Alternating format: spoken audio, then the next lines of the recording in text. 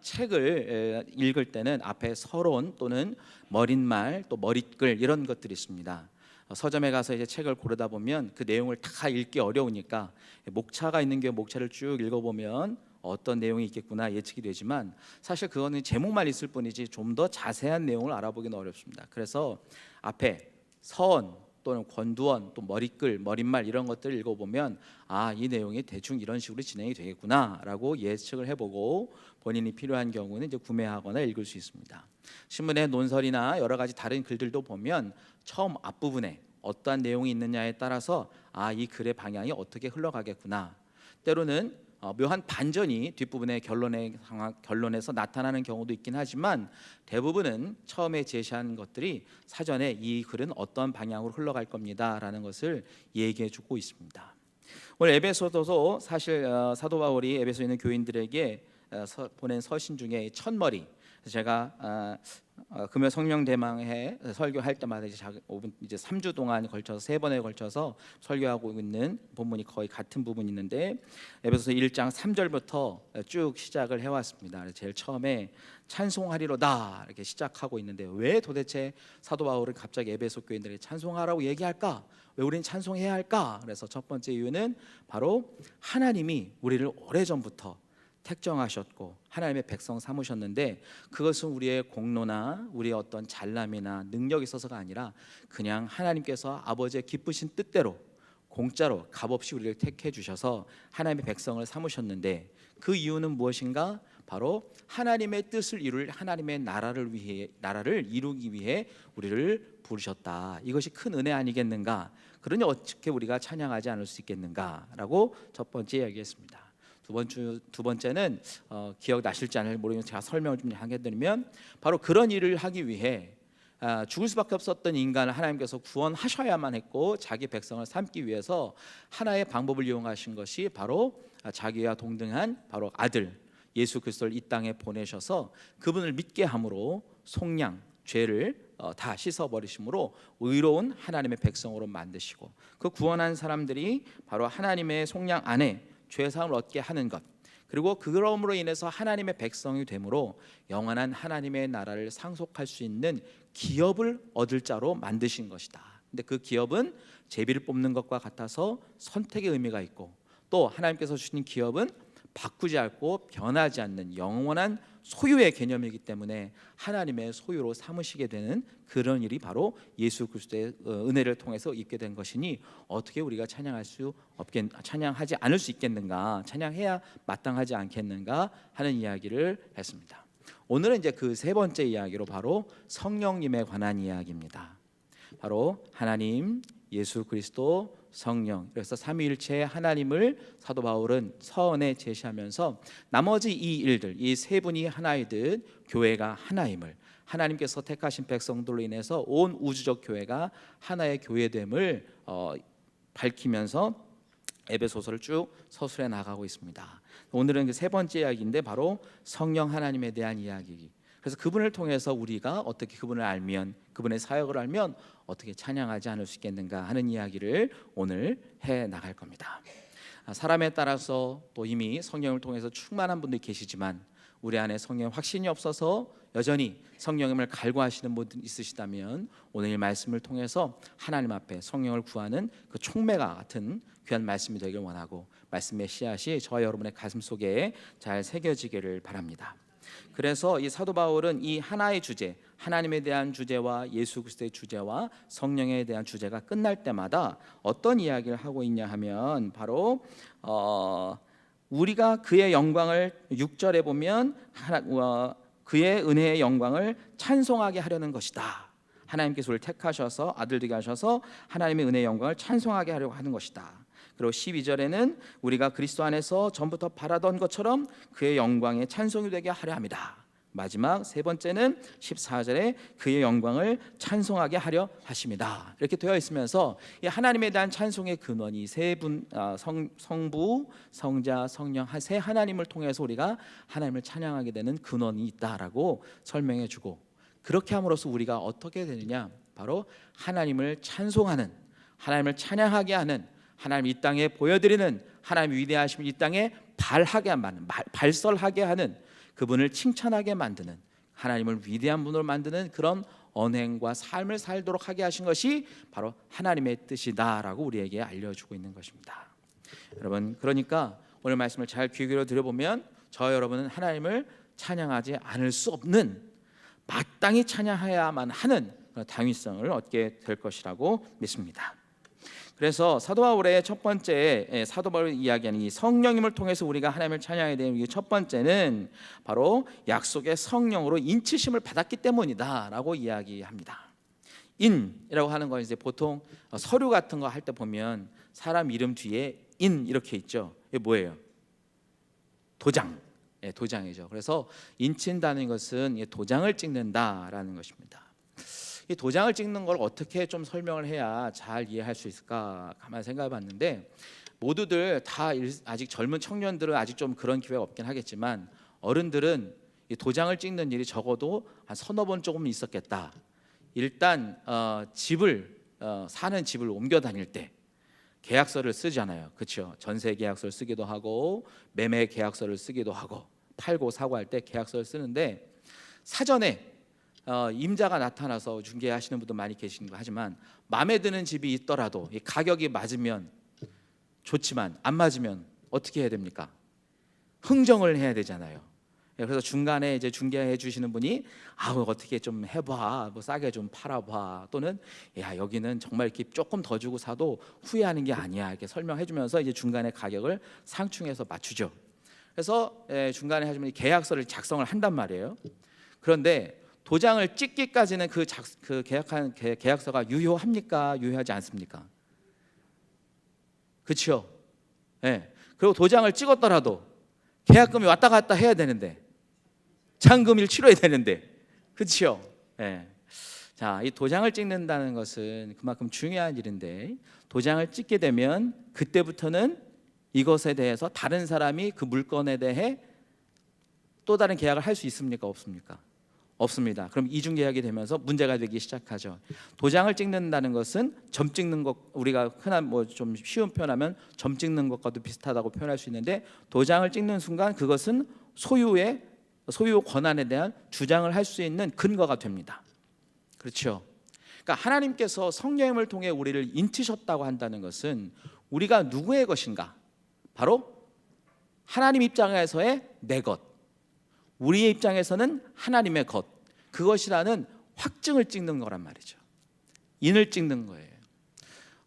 요즘에는 이제 서부 영화가 많이 없는데, 제가 그래도 영화를 좀 어렸을 때부터 좋아하긴 했는데, 밤에 이제 영화를 이렇게 토요일이나 이럴 때 영화 같은 거 보면 서부 영화 같은 거 많이 나오잖아요. 뭐 장고 뭐 이런 것들 나오긴 하고 그러는데 막 총을 돌려가지고 확 이렇게 하던데, 그때의 미국 그 개척기 시대에 보면 서부 영화들이 나오는 보면 그 카우보이들이 소를 몰고 다니면서 하는데, 그 소가 어느 집 소인지를 확인할 수 있는 방법이 있습니다.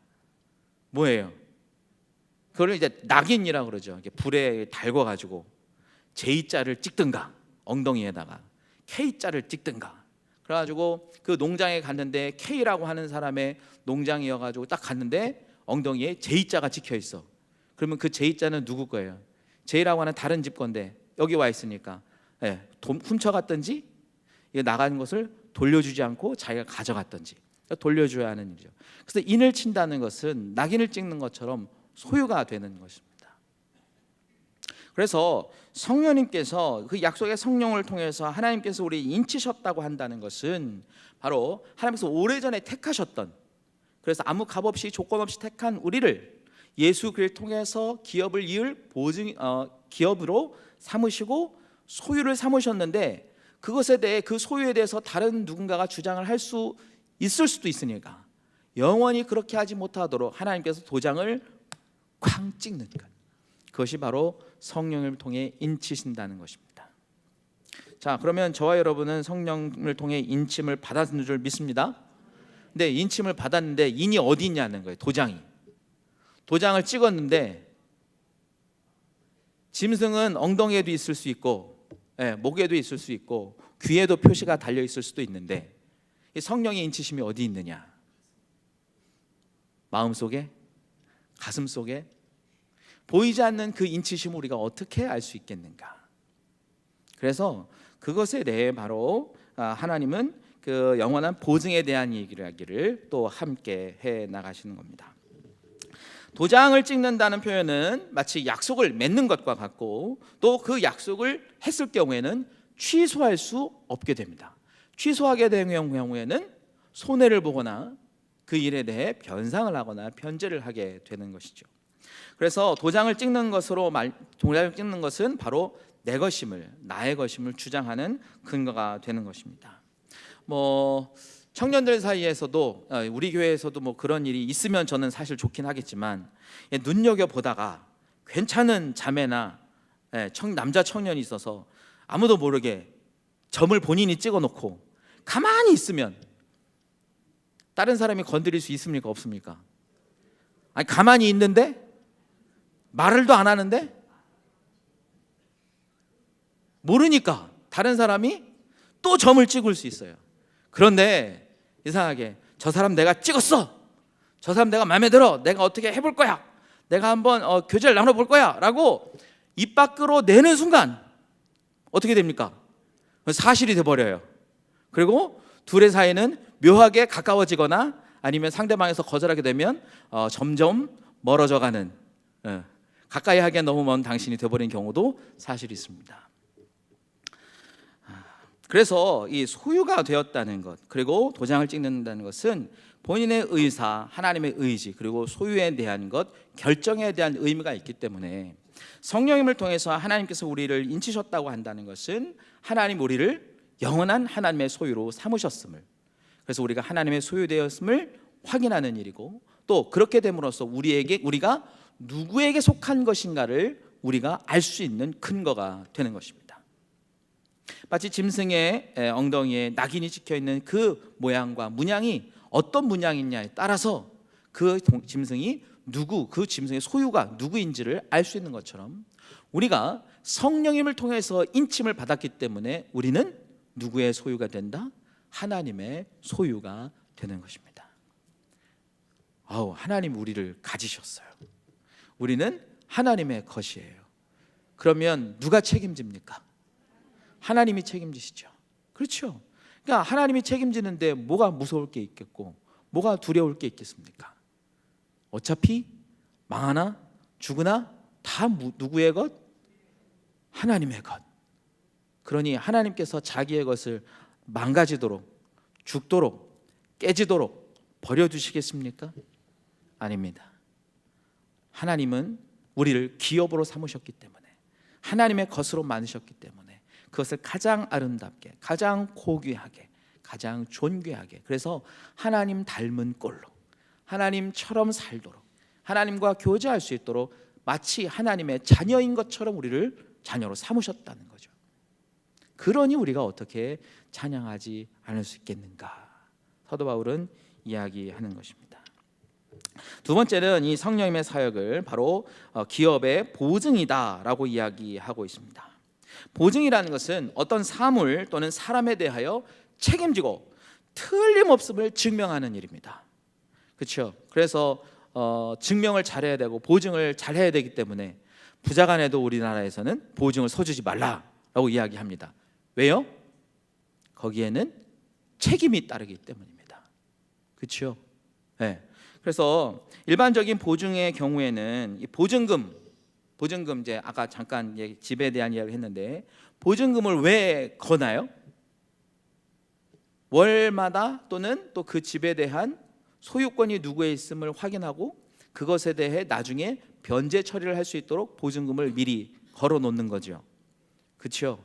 네, 만약 문제가 생기지 않으면 상관없습니다. 문제가 생기면 그 부분에서 이제 해결을 하는 것입니다. 또 사람에 따라서 신용에 대한 한계가 있기 때문에 본인의 한계를 하거나 또 주변에 그 사람에 대한 지금이랑 보증에 서줄 수 없기 때문에 요즘에는 신용을 담보로 하는 기금을 하는 기관이라든가 또는 국가라든가 이런 데서 보증을 통해 가지고 그 사람에게 일정 금액을 빌려주기도 하지요.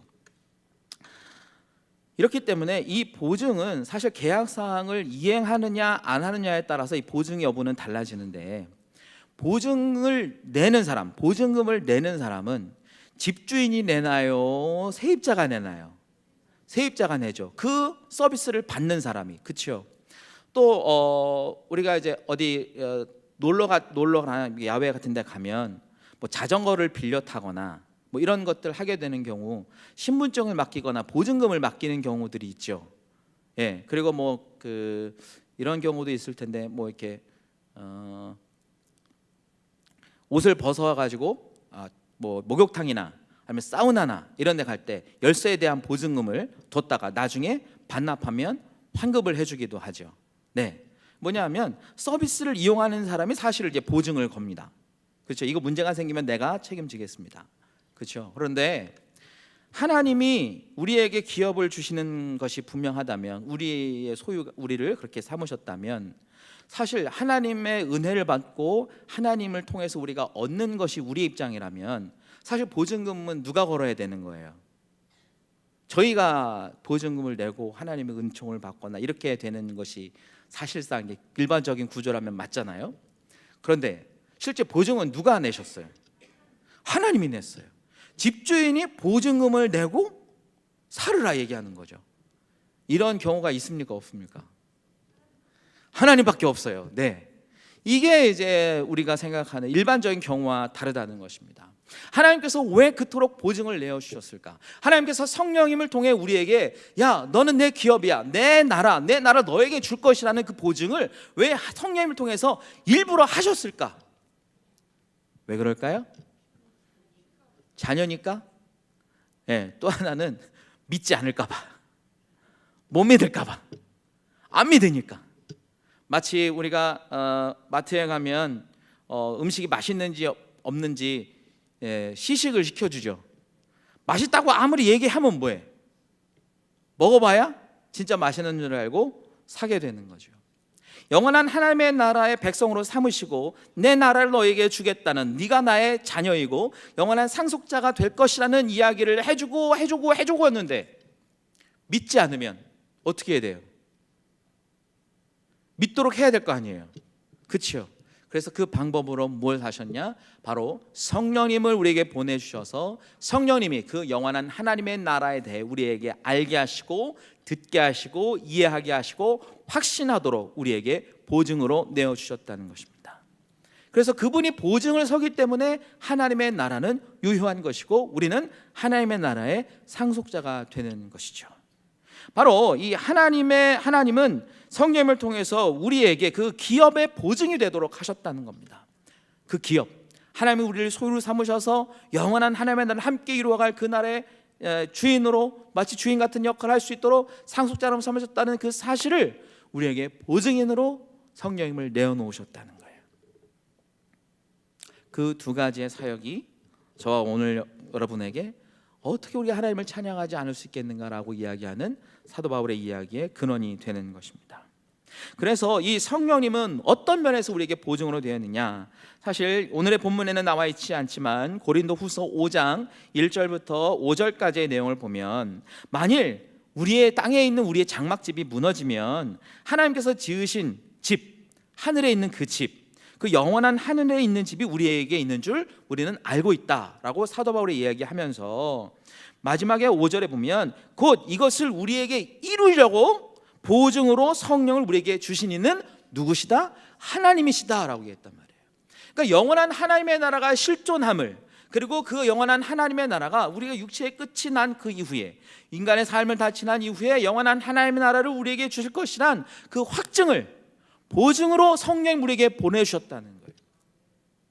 그런 하나님이, 그분이 바로 하나님이시다. 그러니 우리가 어떻게 하나님을 찬양하지 않을 수 있겠는가라고 사도 바울 선생님은 이야기하는 겁니다. 마치 우리가 돈을 은행에서 빌리려면 우리가 무엇인가 담보를 맡겨야 하고 보증인을 세워야 하는데, 그렇게 하지 않고 은행에서 여러분 쓰세요, 보증은 제가 섭니다, 이러면 못 쓸 사람이 누가 있겠냐고요. 그런데 그럼에도 불구하고 사람들이 그걸 쓰지 않는 이유는 믿지 못하기 때문이에요. 그래서 하나님은 보증으로 성령을 세우셔서 성령님을 통해서 우리가 확신하게 하시고 하나님의 나라를 이미 가진 사람으로, 얻은 사람으로 상속한 사람으로 이 땅에서 살게 하시는 것입니다. 그래서 여러분, 그래서 하나님의 택하심, 그리고 우리로 하여금 아들이 되게 하심, 그리고 그리스도를 통해서 영원한 죄사함을 얻게 하신 것, 그래서 그리스도 안에서 우리에게 기업을 주신 그 일, 그 모든 일의 사실이고 명백한 사실임을 증명해 놓고 확인을 시켜줘야 되게 필요한데, 바로 그 일을 누가 하시느냐? 바로 성령님께서 하신다는 거죠. 여러분, 그래서 우리는 이 성령으로 인해서 이 하나님의 구속 사역, 그것이 우리 안에 마무리되며 확정된다는 사실을 알게 되는 것입니다. 사실 여러분, 우리가 어떻게 예수님께서 이 땅에 오셨음을 눈에 본 적도 없는데 믿을 수 있겠습니까? 이미 많은 믿음의 선배들이 그분을 보았다고, 그분이 부활하신 것이 확실하다고 고린도서에 있는 말씀은, 전서의 말씀을 통해서 12제자들에게, 게바에게도 보이시고 12제자에게도 보이시고 500명의 사람들에게 동시에 보이시고, 그리고 마침 그 후에 완삭이 되지 못한 그 바울에게도 나타나셔서 하나님 예수님께서 부활하심을 증명해 주신 그 사건, 그것이 사실은 그분들은 그 살아있는 동안에 봤지만 우리는 보지 못하고 그냥 듣기만 들었는데, 그것이 어떻게 믿어지느냐는 거예요. 성령님을 통해서 믿어지는 거죠. 성령 우리에게 계시니까, 성령 우리와 함께 하시니까 성령을 통해서 우리가 확신하게 되는 것입니다. 그러니 우리 안에 계신 성령님을 통해서 우리가 그 확신한 그 사건이 명백한 사실로 우리에게 다가온다면, 우리가 현실적으로 겪고 있는 여러 가지 문제와 상황들, 우리의 고난과 아픔들, 이것들에 대한 우리의 태도는 어떻게 바뀌겠는가? 여러분, 확실한 게 있을 때 사람은 주장이 강해집니다. 그렇지 않습니까? 여러분, 계약서가 있을 때 그 계약에 대해 유효한 사건임을 이야기합니다. 먼저 계약서를 쓴 사람이 나중에 계약서 쓴 사람에게 날짜를 가지고 확인하고 이것은 내가 먼저 계약했다는 것을 유효하게 합니다. 여러분, 집을 갖고 계신 분들은 등기권리증 갖고 계시지요? 어느 날 제가 여러분의 집에 찾아가가 여러분 이제 이 집은 제 겁니다라고 이야기하면, 여러분 아닙니다, 내 겁니다라고 얘기할 수 있는 건 무엇이에요? 바로 그 증기권리증이에요. 증기권리증을 누가 갖고 있느냐에 따라 그 소유가 분명해지는 것이죠. 성령의 인치심과 보증은 바로 그런 권리증과 같습니다. 영원한 하나님의 나라를 우리가 갖고 있다면 무엇으로 내낼 수 있는가? 바로 성령님이 우리가 그런 하나님의 자녀임을, 영원한 하나님의 나라의 상속자이심을 확인해주고 확신해줄 수 있는 근거 자료가 된다는 거예요. 그래서 예수님은 이 제자들에게 마지막 가시기 전, 하늘로 올라가시기 전에 성령을 받으라라고 이야기했고, 너희가 성령을 받으면 온 세계를 향하여 나아가서 내 증인이 될 것이라고 이야기했고, 그래서 그 성령이 위로부터 입히올 때까지 너희는 이 성에서 기다리고 준비하고 있어라라고 이야기하셨다는 것입니다. 여러분, 지문서를 가진 자가 그 증기 권리증으로 인해서 자기 소유가, 그 집의 소유가 누구인 것인걸 증명할 수 있는 것이고 주장할 수 있는 것처럼, 우리가 성령님을 통해서, 성령님 우리 안에 강하게 역사하시면, 성령의 확신을 통해서, 성령의 임재함을 통해서 우리가 누구임을, 하나님의 기업을 유업으로 받을 자녀임을, 구원받은 사람임을, 예수 그리스도의 피 흘림과 부활하심을 통하여 속량 얻은 자임을 확실하게 주장할 수 있게 된다는 거예요. 그런데 사람이 성령이 충만하지 않으니, 성령님에 대한 보증의 확신이 없으니 늘 의심스럽고, 맞는가? 아닌가? 긴가? 민가? 알쏭? 달쏭? 이런다는 거죠. 그래서 예수님은 그 일 때문에 바로 사도 바울에게도 나타나셨고 제자들에게도 나타나셨고, 그리고 말씀하시는 거예요. 내가 가면 너희를 돕는 보혜사 성령님이 올 것이다. 그가 오시면 너희가 무슨 말을 해야 할지도 알게 될 것이고, 내가 말한 것이 무슨 뜻인지도 지식을 통해, 지혜를 통해 알게 할 것이고, 그분이 그 근거가 되어서 너희로 하여금 주장할 수 있는 증명이 될 것이다, 증거가 될 것이다 라고 이야기하신 것입니다. 여러분, 그렇다고 한다면 저와 여러분은 성령으로 충만해야 하지 않겠습니까? 사실 하나님께서 우리를 택하셨다는 것 분명한 사실이지요. 그렇죠? 구원 받았잖아요. 구원받지 않으신 분들 얼른 구원 받으세요. 예수님을 통해서, 십자가의 죽으심과 부활하심을 통해서 우리는 속량 받았고, 아멘. 그리고 영원한 하나님의 나라를 유업으로 받을 기업으로 하나님께서 삼으셔서 상속자가 된 줄 믿습니다. 그런데 그것을 누가 확신하게 하느냐? 성령님이 확신하게 한다는데, 성령님이 도장을 찍어주신다는데, 성령님의 보증이 되어주신다는데, 여러분과 저에게는 그 성령님의 강력한 역사가 있는가? 있으시죠? 아멘. 그러나 그분이 더 우리보다, 지금보다 활발하게, 그리고 우리는 한 걸음 뒤로 물러나고 성령님이 우리의 앞서 행하실 수 있도록, 그래서 하나님을 우리로 하여금 하나님 앞에 나아가는데 불편하지 아니하도록 여러 가지 조건들을 다 우리로 하여금 확신을 인도하여 주셔서 그 앞에 믿음으로 담대하게 나아갈 수 있는 우리에게 담력을 주시는 분, 그 성령님이 우리 안에 강력하게 역사해야 될 줄 믿습니다. 그래서 하나님의 나라의 보증을 갖느냐 안 갖느냐, 그거에 따라 하나님의 나라에 대한 소유권을 주장할 수 있다 없다가 결정이 난다는 거예요. 자, 여러분, 하나님의 나라가 누구의 것입니까? 여러분에게 하나님께서 주신다고 하셨고 이미 받은 줄 믿습니다. 그런데 그 등기 권리증이 어디냐는 거예요. 성령님이 계시다. 성령이 강력하게 역사하셔서 우리로 하여금 그 확신을 갖게 하신다는 거죠.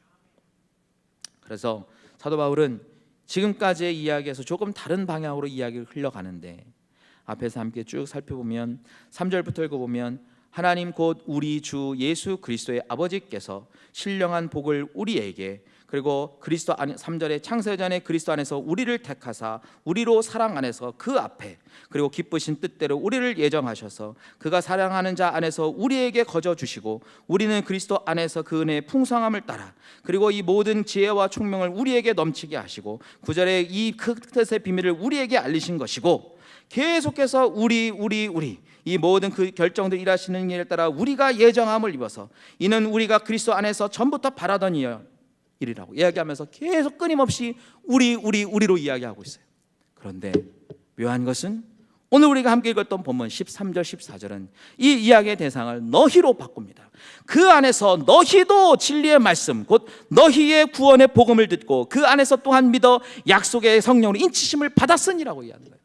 그동안에는 이미 그리스도를 통해서 믿음 안에 있는 유대인 되었던 유대교적인 입장에서 하나님도 알고 예수를 알던 사람들의 입장, 그러나 이제 이 복음에 대한 영역들이 하나님의 성령의 역사가 믿지 않는 사람들, 이방인들에게도 확대되는 이 사도 바울의 전략적 방향을 따라서 이 하나님의 은혜, 예수 그리스도의 은혜, 하나님의 구속하심, 택정하심, 기업을 삼으심, 이것이 너희도 이제 성령을 통해서 확증을 얻어야 된다라는 것입니다. 여러분, 그것이 바로 저와 여러분에게 은혜인 거예요. 여전히 우리에게만 머물러 있다면, 여전히 사도 바울이 그 우리에게만 머물러 있다면, 이 성령을 통한 보증과 확신 그리고 인치심은 우리에게는 어쩌면 없을 수도 있겠죠, 이 말에 의하면. 그러나 사도 바울 선생님이 우리에게 이야기하는 거예요. 에베소 교인들에게 이야기하는 거예요. 너희도 우리처럼 성령의 보증을 받아야 한다. 성령의 인치심이 너희 안에 있어야 한다라고 얘기하는 것입니다. 사도들처럼 우리에게도 성령님의 은사, 성령님의 은총, 성령님의 인치심, 성령의 보증이 있어야 된다고 얘기하시는 거예요. 그러니 이 말씀은 지금에 있는 저와 여러분에게도 해당하는 말씀입니다. 그래서 저와 여러분은 오늘도 성령님을 통해서 인침을 확인해야 됩니다. 내가 하나님 안에 구원받은 자임을, 또 하나님의 영원한 하나님 안에 상속자인 것을 확실하게 도장 찍은 것이 있어야 하는 것이고, 그것을 누구에게나 당당하게 내놓을 수 있는 권리로서, 때로는 증명으로서 내놓을 수 있는 보증이 우리에게 있어야 된다는 거예요. 그러니 성령으로 우리가 충만해야 한다는 것입니다. 그렇게 될 때 우리는 더 강력하게 하나님을, 또 열심히 하나님을 찬양할 수 있게 되는 것입니다. 예수님께서도 이 성령에 대해 제자들에게 말씀하셨어요. 예수님께서 부활하신 이후에 제자들에게 찾아오셔서 성경 말씀을 쭉 풀어주시면서 모세 때부터 쓰였던 많은 구약의 율법과 선지자들이 했던 이야기들이 바로 본인에 대한 이야기며, 그 일들이 끝난 이후에 어떤 일이 되느냐, 가지는 올라가지만 그 이후에 성령이 오실 것을 제자들에게 풀어 말씀하시고, 숨을 내쉬면서 성령을 받으라 라고 이야기하셨어요. 그리고 너희가 성령을 받게 되면 어떻게 된다? 온 유대와 사마리아와 땅끝까지 이르러 내 증인이 될 것이다. 성령을 얻게 된 사람은 성령께서 모든 것을 가르쳐서 또한 모든 것을 생각나게 하실 것이라고 하셨고, 심지어는 장래 일들도 알게 하실 것이라 얘기하셨고, 성령님께서, 예수께서 그리스도라는 사실을 증명해 주는 증인으로 함께 하실 거라는 이야기를 하셨습니다. 예수님도 성령을 받으라고 하셨어요. 우리는 받아야 합니다. 성령으로 충만해져야 합니다. 그래서 이러므로 성령으로 인치심을 받은 모든 사람들은, 성령의 보증을 받은 사람들은 어떻게 되느냐? 사도 바울은 그 이후에 에베소서 그 있는 부분 뒷부분에 있는 이야기를 통해서 어떻게 이야기하고 있냐면 음행과 온갖 더러운 것과 탐욕으로부터 멀어진다는 거예요. 우리의 삶을 보세요. 음행으로부터는 좀 멀어져 있을 수 있어요. 그러나 탐욕으로부터는 여전히 멀어지지 않는 우리의 모습을 보게 됩니다. 또 누추한 말이나 또 어리석은 말, 희롱의 말에서 너희가 사라지게 될 것이다. 그런 삶을 살아라고 얘기하는 것인데, 가만히 보세요. 우리의 언어 생활이 어떤가? 정직한가? 바른 말을 하는가? 진리의 말을 하는가? 아니면 어리석은 말이나 다른 사람을 희롱하거나 다른 사람을 업신여기는 말을 하며 살고 있는가? 그래서 사도 바울 선생님 그 뒤에 믿는 사람은, 보증을 얻는 사람은 감사의 말을 하며 산다. 감사의 말을 하며 살아라. 빛의 자녀들처럼 살아라. 그리고 하나님 아버지를 기쁘게 할 것인지 무엇인가를 찾으며 그 일을 행하면서 살아라라고 이야기하고 있습니다. 여러분, 가만히 우리의 삶을 돌아보면 하나님을 기쁘시게 할 것이 무엇인가를 찾기보다는 어떻게 하나면 하나님을 바쁘시게 할까 하면서 살고 있지 않습니까? 어떻게 하면 하나님을 기쁘게 하는 것이 아니라 어떻게 하면 하나님을 부려먹을까? 어떻게 하면 하나님을 나의 필요에, 내 욕구에, 내 탐욕에 하나님을 이용해 먹을까? 지금 제가 좀 과장되게 표현할 수도 있긴 하겠지만, 우리가 하나님의 기쁨이 되어드려야 되는데 하나님의 역사를 통해 누가 기뻐하는가? 바로 내가 기뻐하는 일을 하나님 앞에 요구하고 있는 건 아닌가? 그래서 사도 바울 선생님 그 위에 내가 사람에게 좋게 하랴, 하나님께 좋게 하랴 이야기하셨습니다. 여러분, 오늘 우리는 성령님을 통하여 강력한 하나님의 은혜를 구해야 될 것이고, 성령님의 그 인치심과 성령님의 보증을 우리가 하나님 앞에 간구해야 될 것입니다.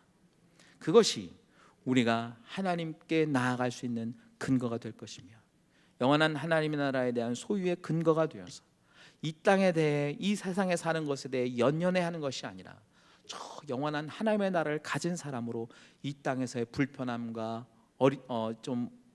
연약함과 또 부족함에 대해 초월할 수 있는 더 큰 것을 가진 사람으로 살 수 있는 것 아니겠습니까?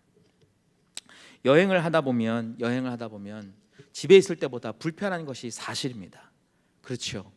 예, 뭐 씻는 것도 좀 불편할 수도 있고, 또 가진 것이 돈이 모자랄 수도 있겠고, 잠자리가 불편할 수도 있고, 입맛에 맞는 것 음식이 있을 때도 있고 없을 때도 있지만, 우리가 갖고 있는 것이 집이 분명히 있다면 여행에서의 불편함과 조금 모자름과 내 입맛에 맞지 않는 사람들과의 만남이나 이런 것들이, 우리는 그런 것들에 대해 초월할 수 있고 초연해질 수 있고 자유로울 수 있는데, 그것이 없는 사람은 그 시간의 현장에 목숨을 걸게 된다는 거죠. 우리가 살고 있는 이 세상은, 우리는 일반적으로 영원한 하나님의 나라에 가기 전에 땅에 있는 동안에 사는 영원한 있는 집이다. 영원한 집이 아니라 장막집이다. 움직이는 집이다라고 이야기합니다. 바로 영원한 하나님의 나라에 대한 보증을 있음을 성령님을 통해서 하나님께서 보내주셨던 것처럼, 그분을 통해 우리가 영원한 하나님의 나라를 소유한 사람으로 산다면 지금의 조금의 불편함, 조금의 아픔, 괴로움, 이런 것들은 얼마든지 무시하고도 살 수 있는 그리스도인의 넉넉한, 이 세상의 가치를 따르지 않는 그리스도의 믿음의 승리자로 살 수 있게 되지 않겠습니까?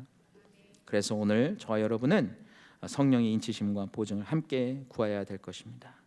감이 떨어지기를 위해 한없이 기다리는 것이 아니라, 예수님께서는 위에서부터 부어지는 성령의 임재를 너희가 기다려고 이야기하는 것은 언젠가 떨어지겠지라고 기다리는 것이 아니라 그 떨어질 찬스를 만들어내고 준비하고 기대하라는 것입니다. 어쩌면 오늘이 그날인 줄 믿습니다. 그토록 기대했던 성령을 만나는 일, 성령으로 충만해진 날이 오늘일 줄 믿습니다. 우리가 그토록 바라고 소망했던 성령의 인치심과 성령의 강한 기름 부으심이 있는 날이 오늘일 수 있다는 것입니다. 그래서 오늘 저와 여러분은 모든 사람에게 한없이 부어주실, 어느 누구도 하나님의 은혜에 대해 소외되지 않는 고아처럼 내버려 두지 아니하시고 돈 없는 보혜사를 보내주셔서 우리를 성령을 통해 이끌어 보신다는 그 예수님의 말씀처럼, 우리가 간구할 때에 성령님 우리에게 임하실 것입니다. 예수님께서 말씀하셨어요. 아무리 나쁜 아버지라도 자식이 먹을 것을 달라고 할 때 돌을 줄 사람이 어디 있겠으며, 생선을 달라고 할 때 뱀을 줄 사람이 어디 있겠느냐. 하물며 하늘에 계신 너희 아버지께서 좋은 것 무엇? 성령을 구하는 자에게 성령을 주시지 않겠느냐. 그러니 너희는 구하라, 두드려라, 찾으라 하시는 거죠. 여러분, 오늘 우리가 성령을 구할 때 성령 우리에게 임재하시고 우리에게는 충만히 역사하셔서 우리 안에 하나님의 인치심이 무엇인지를 확인하게 할 것이고, 그리고 영원한 하나님의 나라의 보증을 우리에게 허락하실 줄 믿습니다. 그런 의미에서 우리 함께 마지막 날에 함께 좀 찬양했으면 좋겠습니다. 성령님이 이곳에 임재하기를 기대하는 마음으로, 뜨거운 마음으로, 마치 오순절 마가의 다락방에서 성령의 임재를 기다리고 말씀하셨던 그 예수님의 명령 앞에 여전히 성령의 은혜를 구했던 초대교회 성도들처럼 오늘 이곳에 하나님의 역사가, 또 성령이 간절하게 임하셔서 이 모든 하나님의 역사를 이 땅 가운데 실현시키도록 보냄을 받은 이 성령님을 통해 우리가 하나님을 알고 예수 그리스도를 확신하고 성령을 통해 우리 안에 확증을 할 수 있도록 임하시기를 기대하는 마음으로 함께 찬양하고 기도하겠습니다.